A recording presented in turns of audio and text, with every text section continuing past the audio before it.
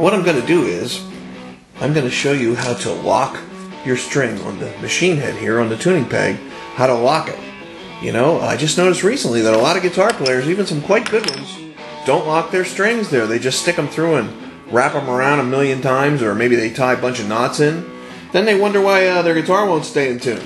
Well, Rodney Orth taught me many years ago to lock your strings, and really it was to do the plain ones, but we do it with all 6 strings, and I've been doing this for, I don't know, 20, 30 years. You get pretty good at it, gets pretty easy, and it really does lock your strings. Now, I did the low E string. This is one of my Fender Stratocasters. I've done the low E string here, and I'm going to do the A string next. I'm going to show you that as best I can. I have the camera set sort of in my perspective. I'm actually looking at the camera, at the back of the camera, and not looking at my hands. The reason we start with the low E and work our way up is because now we don't have these other strings coming down here in our way.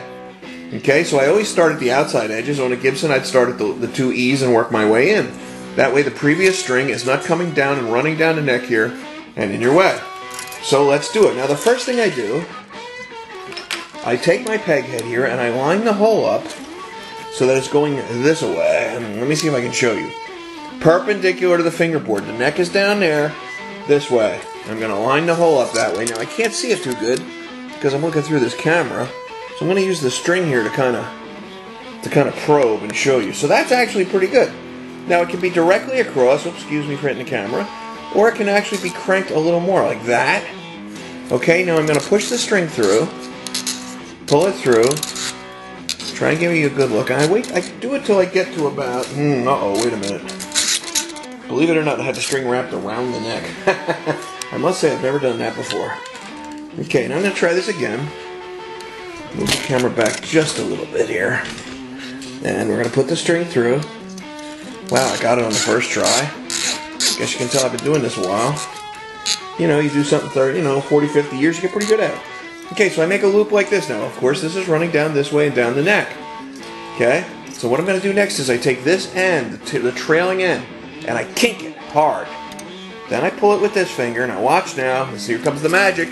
And I pull it underneath like that. Now my right hand, let's see if I can zoom out here a little. Okay, I'm going to pull back. My right hand here, I'm pulling the tail here with my left hand, straight up and tight. And with my right hand, I'm pulling against here. Now you see my right finger, and I'm going to move the camera out so you can see I have my hand like this, so I'm keeping tension on the string. See that? Okay, now that is locked. This string is going around and crossing over this one that's straight up. And then I come in here, oh, the lens is in the way, and I start turning this. Now you can turn it like that, or you can turn it like this, which is a lot easier.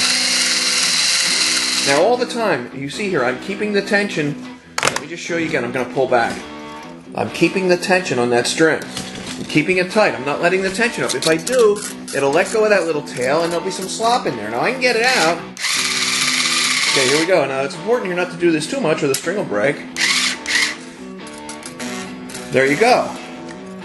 Maybe a little more, just for fun. Now, if there's any slop, I'm going to use my screwdriver. If in here, if you see any, I see a little slop in here possibly, I will try and pull that out when I stretch the string. I'm going to do that right now by really pulling on it over here on the fingerboard. Okay, it's stretched, and that will take it out. Once you do that once or twice, let's get the pitch up. Now we're going to stretch it. Show you what I'm doing down here. I'm doing this. You learn to know how much you can do it, and then you'll hear the pitch drop. Went down a half a step. And I have a really well-locked string. Now, it's also a good idea to come back. Let me pull up a little bit here on the camera. It's also a good idea to come back afterwards and tug on this. Make sure that end's seated good. Both ends are seated good. Then after I do all 6, I tune the guitar. I stretch all the strings, get it really in tune good. And then I come back and clip all 6 of these in a row like this. And here's my low E string that I have locked. I'm going to zoom in there with the camera and see if you can see how that is locked. Excuse me for my awkwardness. It is hard to see it. There you can see it. See the strings locked in there? Now, if you want to know how to do this better, you can come in the store and we'll show you. Or you can pay us to restring your guitar, but if you're playing a guitar and you love the instrument, it's nice to lay your hands on it here and restring it yourself so that it knows who loves it. Okay? So, what kind of tools do you need to restring your guitar?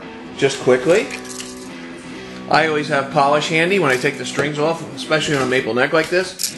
I wipe off the neck, your clippers, and your winders. You can have the deluxe powered one or just the regular one here like this.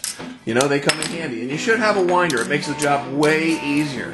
Now, what strings do you use? Well, we're using Diodarios today.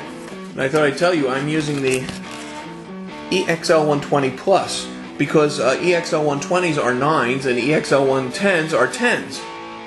And lately I usually use 10s, but I haven't been playing much and my fingers are not exactly as strong as they should be. So I'm going to 9.5. It has a 9.5, which is very, very cool. That way, they're neither 9s or 10s. I don't have to worry about it anymore. So there you go. So my strings are locked, and that's what it's like. That's how it's done. Remember, Fred's Music Shop, Shillington, PA.